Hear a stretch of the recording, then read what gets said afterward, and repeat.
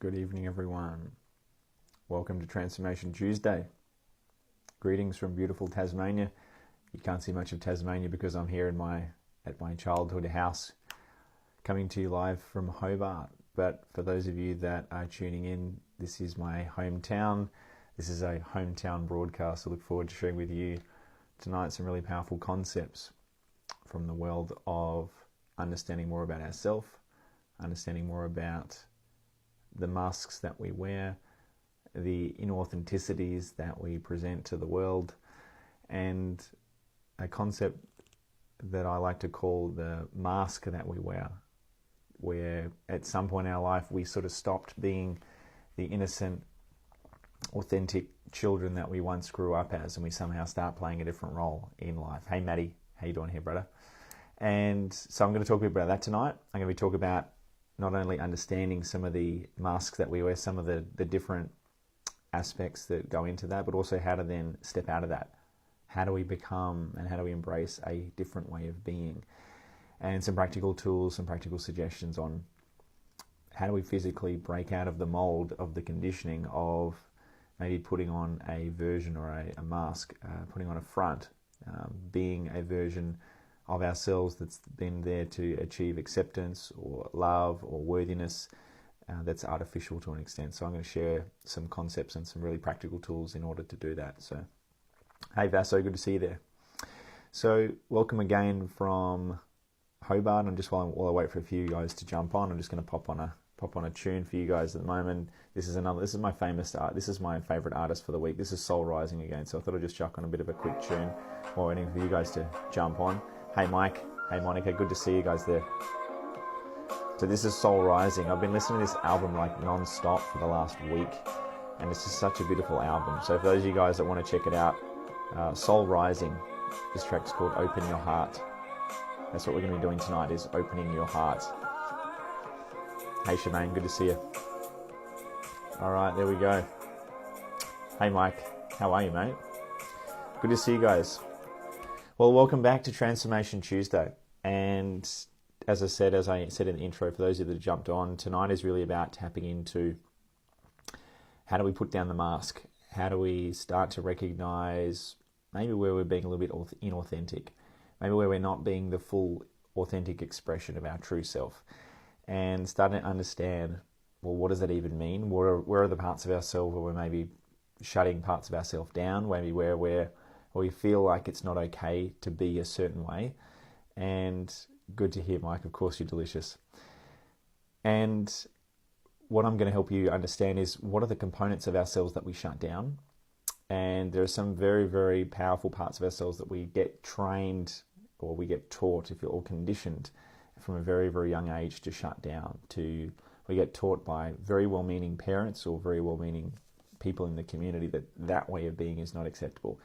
And as a result of that, what happens is we end up wearing a mask. We end up feeling like we need to be someone that we're not, which causes us to have a lot of pressure through life. If we feel like we need to be someone that we're not, then it can have some fairly devastating consequences. And I'm going to share some examples in my life about how that's happened for me, as well as the clients that I work with. And through that exploration, I'm going to share with you how you can also step out into the world being a more authentic, magnificent version of you, and shine your light to the world in a celebration of your authenticity. So I'm going to dive straight into it. And I first of all wanted to share a bit more about the concept of the masks that we wear in life. Now, what do I mean by masks? Well, there are various parts of ourselves where at some point in our life we decide that the world doesn't want to see that part of us. Now, that might be an expression of our emotion, that might be our playfulness, it could be an expression of intimacy. And as we go through, I'm just going to give you some examples, because I think one of the best examples is children.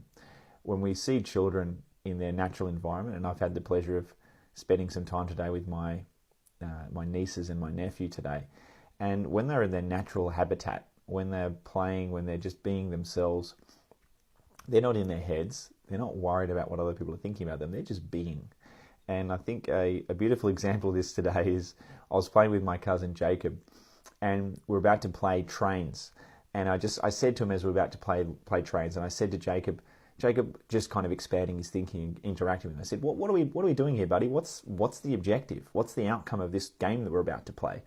And he so eloquently and so beautifully put me in my place when he said, we're just playing. He's 5 years old and just said, yeah, we're just playing. We're just playing. There is no outcome. Like he didn't even need to say it. We're just playing. Like just a one-liner. We're just being present. We're just playing. And here's me getting all philosophical about, what are we doing? What's the outcome? Like, let's figure this out. And he's just like, no, we're just playing. 5-year-old kid. There you go. Wisdom in the words of a 5-year-old kid. We're just playing. We're just being present. We're just experiencing life, and we're just being present in the moment and seeing whatever unfolds. So wise wisdom from a 5-year-old kid. So we can learn a lot from children. And hey, Josh. Hey, Jay. Good to see you here. So there's a lot of things we can learn from kids, and I'm going to be sharing plenty of examples from children because there's so much wisdom, there's so much authenticity and beauty and radiance in what children are and how they express themselves in the world. And then at some point, as children, we get trained, we get taught, we can get conditioned into shutting down aspects of ourselves. So then we start playing particular roles, we start pretending like we've got to be a certain person, be a certain way in the world, we've got to be particular. Maybe for me it was, I felt like I needed to be the smartest kid in the class. That was me. I felt like in order for me to be loved and for me to be good enough, I had to be the one that got straight A's in class. So I spent my whole life being an achiever and a striver. There you go. That was my conditioning, if you like. Other people, it might be the opposite. Other people, they might feel like if they get D's, maybe if they're the rebel, maybe if they're the ones that always continually are the ones that are causing trouble. Maybe that's how they get attention. Maybe that's how they get recognition. So we're all doing it. We've all been doing it since a very, very early age, and we've all been conditioned into putting on a mask, which is essentially hiding, covering up, masking a part of ourselves, which at some point we got trained or taught was not an acceptable way of being to present to the world. So I'm going to cover some of these ways of being that I think for some of us have been lost. Some aspects and ways of being that have somehow we've been conditioned into shutting that part of ourselves down. So I'm going to dive into giving some examples and some practical ways about how to reestablish that.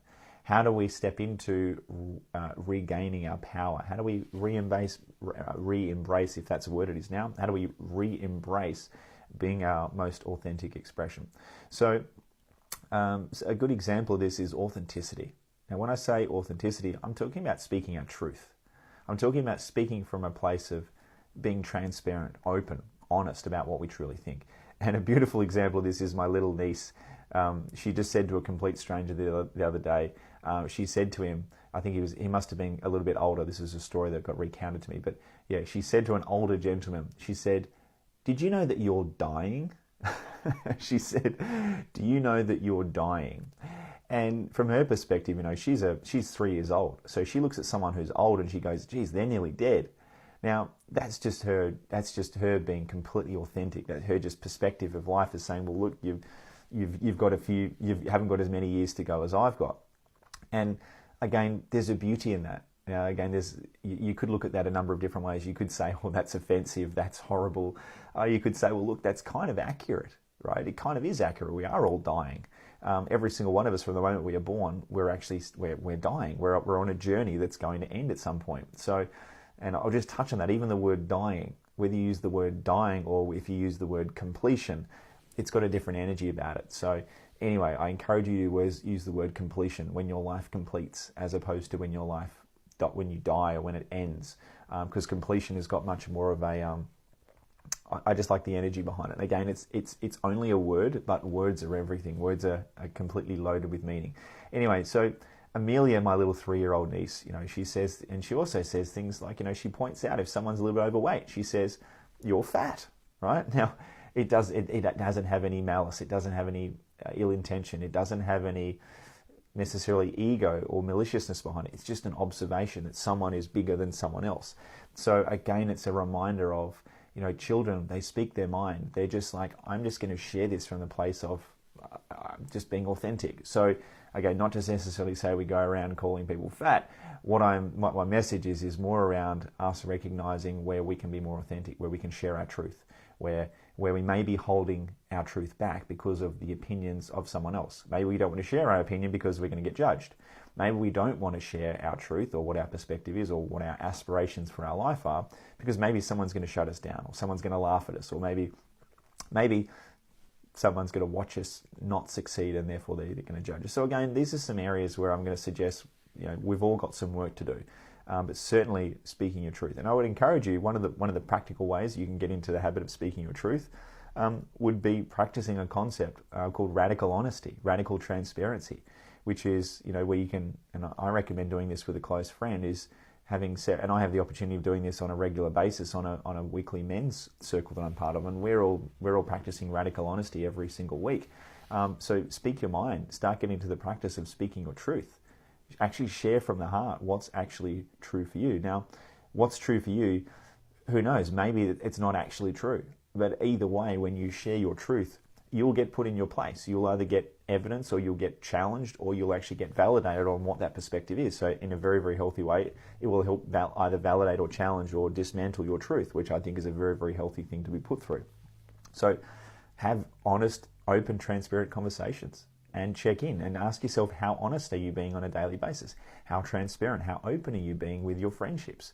Like, are you actually sharing the opinions and the perspectives that you've got that might empower someone? Yes, you might run the risk of them maybe not necessarily liking what you've got to share, but you'll never know unless you actually share it. And who knows, they might actually love what you've got to say anyway. So I would say urge on the side of more transparency and honesty rather than dishonesty. So I would suggest that a more noble pursuit in life is the pursuit for truth, is for transparency, rather than making someone else feel good, which I would say is more of an ego objective, is to make someone else feel good, as opposed to, look, let's share a truth with someone because it's true and it's going to empower someone. So generally the truth, as the cliche goes, the truth will set you free. So lean into it and evaluate yourself on how open, how transparent, how honest are you on a daily basis. How much of what you communicate is based out of transparency and openness and honesty, and how much is based out of wanting to look good or wanting to say the right thing to make someone else feel good so that they like you. So, and bear in mind, the tribe that you are eventually meant to spend your time with, I've got a feeling that if you want to empower yourself and surround yourself with high quality caliber human beings and individuals, they are going to appreciate more of the truth than not truth. So try it on, test it out. Don't just take my word for it, experiment with it, push the boundaries. The next element that I'm going to share with you is curiosity. Now, curiosity really is a sense of being willing to go into something and explore it, and it's almost like it's surrendering, not necessarily knowing what the hell we're even going to experience, letting go of the need to know. And it's really about having a degree of courage to be vulnerable, to enter a space where we don't necessarily know what's going to happen or what's unfolding. So I would say embracing curiosity is very, very powerful, and it's the ultimate learning state. So if you are entering a space totally curious, then you are going to learn so much more, because you are going to surrender the need to already know what the person's saying or what they're sharing with you. Hey, Dagneris, good to see you there.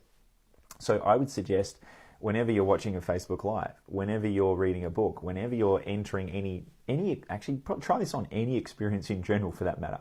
If you have a state of curiosity, which is, I'd say, to embrace that state to the highest degree, is you've got to have the courage to be vulnerable, to acknowledge, hey, I don't have it all together. I don't know all the answers. And I think that's actually a beautiful state to be in.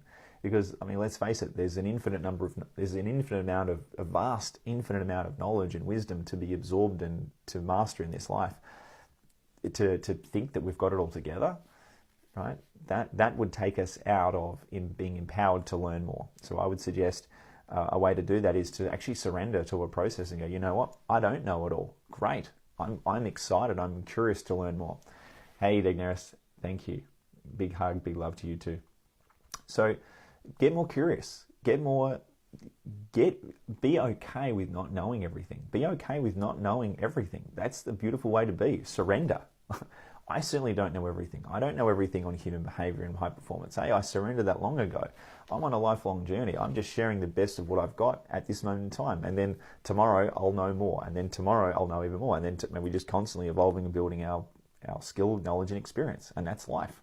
You keep expanding and keep growing. And I would encourage anyone here who's in a position of, either in a business, career, as a parent, teacher, whatever you are, embrace that you don't know everything, but you're sharing and you're empowering people from the best way that you know how, with information, knowledge, and skill and experience that you've got at this moment in time. And that's all you can do. You're doing the best that you can with the resources and knowledge skill that you've got. Celebrate that. Acknowledge that. Don't have any attachment to necessarily needing to have it all together. And this is the other thing is, someone could put a comment here on Facebook right now and say, Chris, have you thought about this? And I go, you know what? You're right. That's a better perspective. I'm now going to take that on board. So I have no attachment to what's necessarily I have no attachment to self-righteousness in this process. My life is a journey of constant and never-ending involvement. Thanks, Luke. Thanks for the love, brother. My life, and I'd suggest a very noble pursuit, is everyone's life is simply in the search of upgrading our truth and upgrading our skill, knowledge, and experience one moment at a time, and the next day we're going to have more knowledge and wisdom than the day before, and we're constantly evolving that. So if you look back at my Facebook lives from maybe a month or a year ago, who knows, the stuff that I've shared is probably, we might look back at it now and it's invalid, or it's not accurate, or it's not the highest truth that I now subscribe to. So I'm okay with that. I've been growing at such a rapid rate that will probably continue to happen. I reckon that's a pretty good attitude for most people to have. So curiosity, embrace it. Playfulness. I think playfulness is another one of these amazing attributes that somewhere along the line, sometimes in life we can get a little bit too serious. And I'm certainly guilty of that. I'm certainly of sometimes seeing life like way too much of a challenge and way too much of this thing to be conquered. But sometimes we lose track of the fundamentals of, well, look, we can see life as a game. Like, this is the ultimate game. Play. And as my little cousin Jacob today said when I was playing with the trains with him, when I asked him what's the outcome, and he just said, we're just playing. So see life as a game. See life as the ultimate expression of just being playful. Now, again, how do we balance, right, pursuing living our best life ever and also being light? Well, I think we can do both. I think we can still be serious about wanting to create an impact, wanting to be serious to a degree. When I say serious, I mean committed. I mean committed to our expansion. We can still be committed to our expansion and play the game, play it with a sense of lightness. So again, this is the little attributes there where we can really push beyond this on a daily basis. Things like celebrating our day. This is really things like playing with kids. Like for me, I've just been playing with my nieces and nephew the whole day. And it's been great because I'm just playing with them. We're literally running around, I'm squirting with a water pistol and they're throwing stuff at me. And it's beautiful because it's a great reminder for me of just like what it used to be like when you're a kid with not a care in the world, just being present. So I would say definitely things like playing with kids brings us back to our true nature, which is to embrace the game that life is. And I think it's a beautiful thing. I'm yet to have kids yet. I'm yet to be a father, but I envisage and I expect that when I become a father one day, if I'm fortunate enough to be a father, I will regain additional sense of playfulness that I maybe have let go of. So I'm really looking forward to that. Certainly some practical exercises and ways of re-embracing playfulness is actually putting yourself out there in playful experiences. Like, for example, things like, for me, I go to Burning Man every year. I go to Burning Man and it's 7 days out in the desert of play, of fun, of just being a kid again. And that's for me, that's reconditioning and retraining myself into being this fun, playful version of me that I know at my core I truly am. So spending 7 days, dressed in crazy costumes, running around the desert, dancing and just being fully self-expressed, that's one of my ways, one of my strategies of bringing back more playfulness into my life. And I think it's beautiful. Same thing as like ecstatic dancing. For those of you that haven't done ecstatic dancing before, I'd highly recommend it. It's for those that don't know what ecstatic dancing is, it's in a very safe space. It's in a very, I would say, very safe and expansive, very open environment where you can listen to amazing music and just completely let yourself go. Completely just move your body in whatever way you like. Moving your body, there's people like spinning on the floor, there's people making animal noises, very tribal experience. It's just amazing because you just let yourself go completely and it's complete freedom and self-expression. And this is a beautiful way to be, is to remind ourselves of if we have any limitation in our self-expression, we've got some work to do. We've got some things to push beyond. So for me, when I do ecstatic dancing, and I've got it to the point now where I can push myself. I can dance in public now. I can do anything, and I've moved beyond a lot of my limitations of worrying about the judgment of others, right? Because again, judgment of others is simply we're hallucinating that the opinion of someone else's imagination or someone else's thought has anything to do with us. But imagining that anyone's thought has anything to do with our worthiness at all. So this is a really powerful concept to push beyond. Hey, Monica. you've got a few friends that are pretty honest about things, and it really makes sense, your values. I can't see the end of your comment again, but thank you for your comment, Monica. I'm gonna have to get my Facebook Live sorted with a huge big monitor of comments there. When I'll eventually get that sorted. Thanks for your comment, Monica. Where did I get up to? Yeah, I think I'm going to go on to the next one here, which is compassion. Now, I think the thing about compassion here is it's really, I describe compassion as understanding mixed with love. So it's those two things blended together. And a child can just generally naturally give someone the benefit of the doubt. It's giving someone the benefit of the doubt. It's, if you're on a knife edge between, are you going to judge someone or love them? I'm going to choose to love them. So again, it's choosing to have more and more compassion for people in your environment. Now, I'm going to suggest that over Christmas time, if some of you guys are like me and you're spending a lot of time with family, sometimes it can be challenging. When you're in close confines and when you spend, and tell me if you guys agree. I'm keen to hear your comments, whether I'm just me or whether you guys can relate or whether it's just me. But sometimes when you're surrounded by family, which is people that you've grown up with, sometimes there can be deeper challenges, let's just say deeper challenges that you experience because you're in the presence in close confines.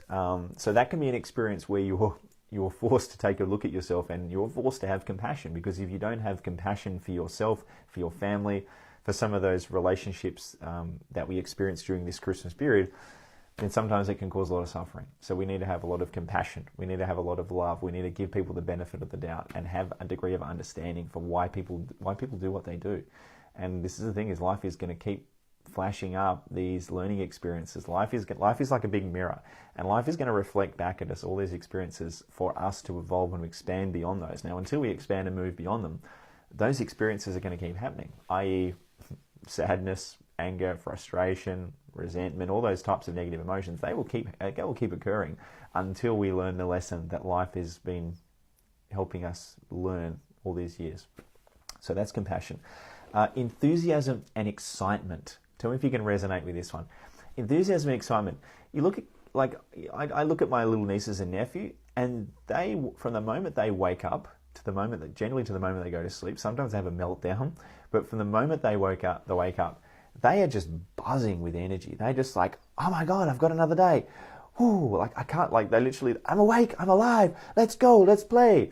So this is a natural trait that as human beings, I think it's part of our true nature, is to be enthusiastic, is to be excited to celebrate life. And then at some point, either life becomes so boring or monotonous, or we don't have enough spice, or we don't have enough purpose, or we don't have enough vitality or energy. At some point on the line, we just kind of go, another day, whatever, right? So again, I think it comes back to really making a conscious effort to celebrate our life, to celebrate every single day when you wake up, to celebrate. Now, this comes back to gratitude, appreciation, looking forward to the day, and just cherishing each of these little moments. Again, it comes back to gratitude. You'll find that when we embrace and see more of our experiences of life through the lens of gratitude and through the lens of that life is so incredibly finite and precious, that enables us to have a greater perspective around life, that it really is a celebration. It's a gift. And there's so many amazing things that are out there waiting for us. I like to think that we live in heaven on earth. This reality is Disneyland. We have never lived in a better time in the history of humanity than the year 2018, nearly 2019, where you look at technology, you look at innovation, you look at all the opportunities we could ever hope for, you look at healthcare, you look at technology.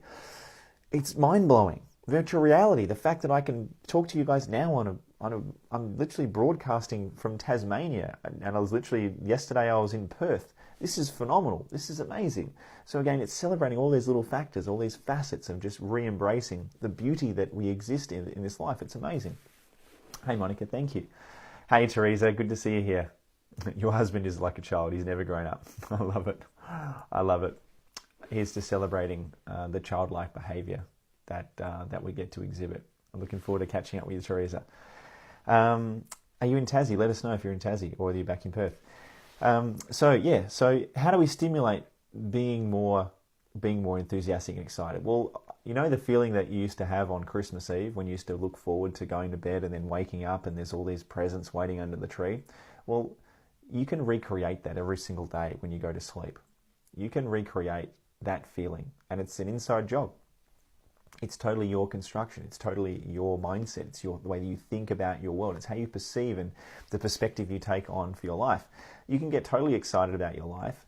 And again, it's a combination of gratitude. It's a combination of creating a vision for your future. It's a combination of imagining amazing, exciting things in your life. So it's using your imagination to recultivate and reappreciate everything that's already around you. So that's a really powerful, I'd say it's a really powerful game to play, is imagine that tomorrow or the day is going to be the last day you get to live. Now imagine, how would you approach your day if that was the last day? Now, I know it's kind of cliche. A lot of people would say, oh, well, you can't live your life like every day was your last. Well, try it out. Try the energy on of, you know what? If this was the last day I got to live, what would I be doing differently? How would I approach it? What would my perspective be? How would my perspective be different? And these are just mind hacks. These are hacks you can change. You can radically shift your consciousness through applying these perspectives. So you don't have to believe in any of these perspectives for them to be useful. So kind of like you use an app on your phone, you don't have to believe in the app or know how the app works in order to get value from it. Well, it's the same thing with these perspectives. You can do an experiment or play a game where you're going to view that this was the last day on Earth, and try it out and see how your perspective shifts. So I think these are really powerful games to be able to experiment with and explore. Another powerful expression that we've somehow lost along the way sometimes, for not all of us, but a lot of us, is presence. Now, not the stuff that gets left under a tree, but our in-the-moment awareness of ourself, our environment, and our connection to our reality. So it's our presence. It's being present to something. It's being aware of it. It's being focused on something. It's being in the now. Now, that degree of presence, you can spot that a mile away in kids when they're playing. They are so totally engrossed in the moment. They're not in their heads. They're not worrying about tomorrow. They're not stressed about what they're going to do next year for 2019. They're not worried about their tax return, or they're not worried about what someone said. They're just so tuned in and so present and so connected in the moment. That's gold, because that's what it's about. They've worked out, they've figured it out. It's like, cool, if I'm connected, if I'm playing, if I'm experiencing this moment, then there is no suffering. There is nothing else but pure joy and pure expression pouring through us when we're present. So some practical tools about how we can improve our presence are doing activities like eye gazing. Now, for those of you that have never done eye gazing before, it's a beautiful practice. For those of you that are in a relationship, I definitely recommend doing eye gazing. It's really simple. Doesn't matter whether it's in an intimate relationship, maybe a friendship. Certainly if you go to some personal development workshops and seminars, certainly if you come to my events and seminars and retreats in future, there will certainly be, the intention is there's going to be more eye gazing and those sorts of experiences. Because when you stare into someone's eyes, whether it be for 1 minute or 5 minutes at a time, you become so incredibly present to not only yourself but the other person, but also you become aware of how quickly we go up here, we enter our mind, we enter into the space of judgment, how quickly we start thinking, oh, judging that person, or thinking, are they looking at me, or what should I say, or this is awkward, or this feels weird, right? So eye gazing is a simple, beautiful experience where you can so deeply connect with another human being and just be totally present and just be with them and just send them love. So if you have any resistance to the concept of staring into someone's eyes beautifully for 5 or 10 minutes, I would say there's a beautiful opportunity there to expand your consciousness, to expand the amount of love, joy, presence, awareness that you've got to experience in this world. And I had this experience when I was riding along my scooter in Bali, and I was just driving along the street, and I'd actually really enjoy making eye contact with people as I'm hooting my scooter down the street in Ubud. Thanks, Mike. I'm just smiling and I'm just in bliss because I'm just so present and I'm just so happy I'm scooting along in this motorbike. And then I'm actually just smiling and just looking at these people. And now they're looking back at me, and eventually when they pick up eye contact, they smile back at me and they go, and there's like an acknowledgement. There's this beautiful acknowledgement. And it got me thinking, like in Perth, if I was to look at people walking through the mall or walking like along and I was to smile at them, maybe not as many people would be smiling back. And I do this. And it got me thinking, like, well, why in Bali am I more inclined to smile at these people than back in Perth? Because I know that I'm going to get a smile back. And the lesson I got from that was, well, in life, we've got to smile first. We've got to smile first, regardless of whether anyone's going to smile back at us. it's not important what anyone else does. All that matters is what we do, right? So my philosophy in life, which I reaffirmed my philosophy, which is I'm always going to smile first. I'm always going to be the one that smiles at people and brings light into someone's day, even if it doesn't get reciprocated. I don't care what they do. If they smile back at me, great, that's beautiful. If not, great. I'm just going to be the expression of that playfulness, of that love, right? So that was my little learning. I digress a little bit, but that was these little moments in life where I just smile at people randomly, not for any particular reason, just because it feels good. So I encourage you to try that as an experiment. Do that. Walking down the street, just smile at people, just nod at them, and just give them a big smile, and just notice if you're attached to getting a response from them.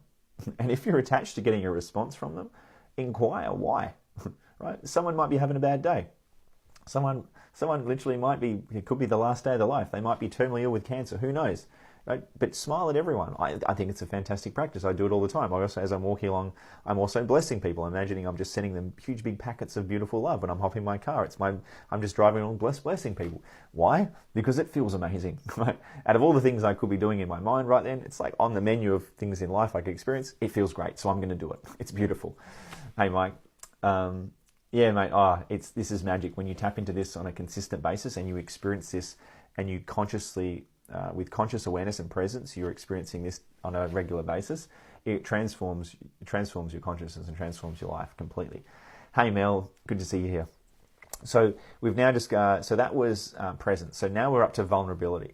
Now, vulnerability I'm going to define as having the courage, right? Having the courage to express ourselves authentically.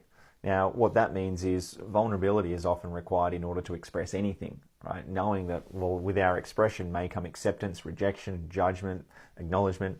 So again, when you're putting your space out there, you're willing to be courageous to express self, knowing, not having any idea, not having any idea how your expression is going to go down. Someone might hate it. Like, for example, for me, smiling at someone, right? They might frown at me. They might say, "What's wrong with you?" Right? They might smile back. They might not. At the end of the day, if you're wanting to express yourself and you're wanting to be the most truest, purest expression of self, you've got to put yourself out there.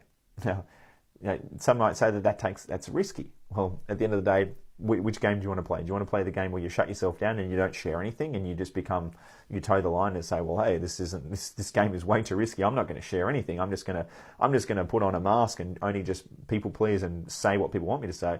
Or do I want to truly be the truest, most authentic expression of myself? And that, my friends, that requires a degree of courage, right? Because typically the reason why it requires courage in the first place is because we have so many limiting patterns of externalizing our sense of self. We externalize our validation from the acknowledgement or the behavior or the approval of others, and therefore we live our life with a checklist of going, okay, well, do I think that by me sharing this right now is going to result in them acknowledging or approving of me or seeing me in a favorable light? And if I think so, then I'm going to share it, right? So we're evaluating what do I share what with who. Now, again, I encourage everyone here viewing this to explore and push yourself across the boundary of, hey, let's test out being more expressive, more truthful than not, and let's learn, let's expand ourselves, let's figure out where's the comfort zone. And I've done this many, many, many times. I've walked through the city, I've walked through the CBD with a big sign, curing phobias for people. I've done all sorts of crazy stuff, putting myself out there. And every time I put myself out there and conquered a fear, pushed through my comfort zone, what's occurred on the other side of that is total empowerment, total recognition of, it doesn't matter what anyone else thinks in this reality. All that matters is what I do. So maybe a nugget of wisdom or a bit of a soundbite from that whole piece is, it doesn't matter what anyone else thinks or does. It certainly doesn't matter what anyone else in this reality does. All that matters is what you do. That's all that matters, is what you do, how you behave, the standards you set for yourself. What anyone else does, that's them. That's their stuff. Got nothing to do with you. So recognize that what you do in your life, it's only to do with you. And own that, acknowledge it, and be empowered to be your full expression. And if you're not fully expressing who and what you are, go inward and recognize what's holding that back. What's preventing you from being the expression of that? Typically, it's going to be your ego. It's going to be your ego, which is going to be attached to what someone else says or thinks about you, right? So again, be empowered to step beyond placing any validation on what anyone outside of you thinks. about you. So that's my challenge for you. Now, last one for the evening is open expressions of love and intimacy. Open expressions of love and intimacy. This is a powerful one, because kids, like, straight away, like, you just see kids, like when I see my little nieces and nephew, they just run at me, they just hug me, they just launch at me, they're just like kissing me on the lips and all this kind of stuff. And I just think, like, you know, fast forward 18, 20 years, I hope that they're not running the other direction and say, oh, get away from Uncle Chris. All right. So again, when we're children, we just have this, there's no limitation on our expression of love and affection for anyone, even complete strangers. My little nieces they're walking up to complete strangers and just embracing complete strangers. So we've got to recognize, well, where on the way have we shut down our expression of intimacy? Now, again, I also recognize there is a degree of appropriateness here in terms of who you share intimacy with. However, I can also relate to, look, in a lot of my life, I haven't always been comfortable hugging people, right? So to hug someone was kind of awkward. I've kind of felt clunky. Like, should I hug you? Should I shake your hand? Should I give you a fist bump, right? So again, it's looking into, where do I feel like I'm being inauthentic? Where do I feel like I can't be that pure, authentic expression of love and intimacy? Now, there's no right or no wrong. There's no judgment here of where you stand on with regards to how you express intimacy. But I'm starting to get back to recognizing that most of the greetings of people in my life are hugs now, for men and women. It's just like, hey, I love you, I care for you. It's a beautiful sign of honoring and love, and I'm okay with that now. Now, again, it's been a journey to get there. It's been a journey of shedding layers of shame and guilt and my warped perception of masculinity and what's appropriate and what's not appropriate and all these kinds of things. So I would encourage you as well to look into your degree of how comfortable you feel publicly expressing intimacy, expressing love, sharing like actually telling people close to you how much you love them. Again, for me, for a long period of time, and my even with my dad, I felt very, very uncomfortable even saying to my dad that I loved him. Now, that's just the generation that he grew up in, and we just never got around. It's kind of like the bloke's thing to do was never to express love. So I got over that, and I started to express it. I say, I love you, Dad. I love you. You're amazing, right? And then by saying that more and more, you get over it and get over it and over it. You get over your shit, and then you've released it, and then you're like, great, what was that? Move on to the next thing. So what we resist persists. What the problems that the fears we're experiencing. Hey, thanks, Mike, mate. I put a lot of work into hugging. It's now my default greeting. But no judgment. If anyone greets me in person and you don't feel like hugging me, that's fine as well. Like, I totally respect your boundaries and I appreciate that. And I would also encourage you to consider, again, if there's any layers of resistance that need to get peeled away, like layers of the onion, right? So anyway, I shared that example of me expressing hugs and intimacy with men in my life, because now the default greeting is to hug men. It's just a beautiful greeting where I honor that man and I hug him. It doesn't matter whether he's a man or a woman. It's beautiful. It's just something that unfolds naturally. So this is just some more layers that I think it's worth being aware of in terms, and even just down to public displays of affection. How much affection do you feel comfortable displaying in public? Right now, again, typically the way that we get taught how to do affection was from when we grew up with our parents. We got taught how to do affection. We got taught how to do relationships. We also got taught how to do money, right? We also, unconsciously, got either taught or not taught on how to do sex, right? What sex is all about. It was either taboo or it was either, no, don't go there, that's not appropriate, we'll never talk about it. There's a sex scene that comes up on TV. No, we're not watching that. Or it was something that was openly talked about and discussed. So for me personally, again, I'm just going to share my own philosophy now, but if I'm fortunate enough to have kids one day, I'm going to be sharing openly about sex, about talking about intimacy. I'm going to be empowering my children to understand the facets, the intricacies, the dynamics, all these things that I'm talking to you about now. I will be talking to directly with my children, 100%. There will be no stone left unturned. I believe that true empowerment for children and for everyone means that we need to be so authentic and open with absolutely every conversation that's happening, so that people can explore and understand themselves to the highest degree. So, that's a little bit about my philosophy and my perspective when it comes to empowering children with this kind of knowledge as well. Anyway, I'm going to leave it at that, guys. So that was the world according to Chris when it comes to shedding back the layers and stepping back into embracing our true selves, our authentic selves, our true expression of what some of us have maybe been hiding from or limiting in our expression for a lot of years. So I encourage you to explore, how do we tap into those deeper, truer expressions of ourselves that kids just naturally, unconsciously do? Because I think it's within that context about being truly authentic, being a true expression of our true selves. I think in that context lies one of the most powerful secrets about how to live an empowered life, because it's through that frame, it's through that perspective that we recognize, wow, we can get back to that. We can become that totally empowered, fully self-expressed being of power when we get over our stuff, when we let some of the stuff from our past go. So I'm gonna leave it there, guys. Thank you guys so much for tuning in tonight. As always, it's been a pleasure, and I just wanted to say again, greetings from beautiful Hobart in Tasmania. For those of you that haven't been to Hobart before, do yourselves a favour and get down here and check it out. Yes, it can be a little bit cold, but it's also very, very beautiful. The people here are amazing, and Christmas and New Year in particular is a beautiful time to be here. So wishing you lots of love, guys. Have a magical week, and I look forward to seeing you guys again next. I hope I'm going to be tuning in next Tuesday. Next Tuesday is Christmas Day.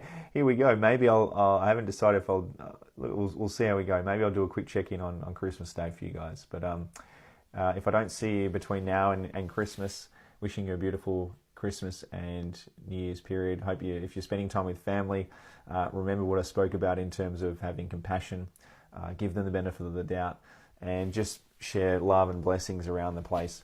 Not for any other reason, because it feels friggin' amazing. So I'll leave that with you guys. Thanks for tuning in, guys. Lots of love. And yeah, Merry Christmas. I'll see you on the flip side. Much love, guys. Bye for now.